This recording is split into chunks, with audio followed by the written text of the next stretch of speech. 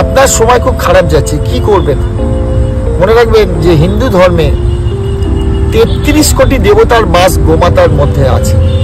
33 কোটি মানে 33 প্রকারের দেবতার বাস, যেমন একাদশ রুদ্র, দ্বাদশ আদিত্য, অশ্বিনী কুমারদ্বয়, এরকম দেবতার বসবাস আমরা মা গোমাতার যে শরীর তার মধ্যে আমরা দেখতে পাই।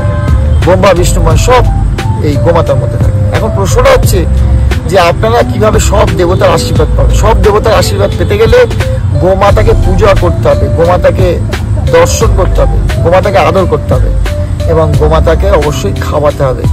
এখানে গুড় রুটি খাওয়াতে পারেন, গোমাতা যেগুলো ভালোবাসে, তেমনি আপনারা কলা খাওয়াতে পারেন, যেগুলো গোমাতা খেতে ভালোবাসে সেই সবগুলো খাওয়া, বা আহার দিলেন একদিনের আহার।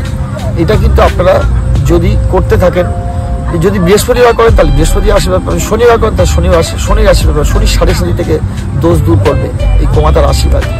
আর যদি পারলৌকিক ক্রিয়া, যদি কোনো কেউ আপনাদের স্বর্গগত হয়েছে সেরকম, তাদের জন্য আপনি যদি এই গোমাতাকে ভক্ষণ করান তাদের ভালোর উদ্দেশ্যে, তারা যাতে শান্তি পায়, এর থেকে বড় টোটকা রেমেডি হতে পারে না। তা শেখান, জেনে রাখুন যে সেই রকম যদি গোমাতাকে খাওয়াতে যদি আপনি আপনার পূর্বপুরুষের উদ্দেশ্যে, পূর্বপুরুষের যাতে ভালো হয় সেটা যদি কামনা করেন, ডেফিনেটলি আপনার পূর্বপুরুষ ভালো থাকবে।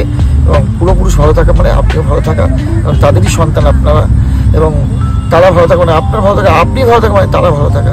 সুতরাং এটা করলেই কিন্তু আপনাদের মঙ্গল হবে, আপনার পূর্বপুরুষ মঙ্গল হবে, আপনার পূর্বপুরুষের আশীর্বাদে ধনধান্যে পুষ্য করা আমাদেরই বসুন্ধরা হবে।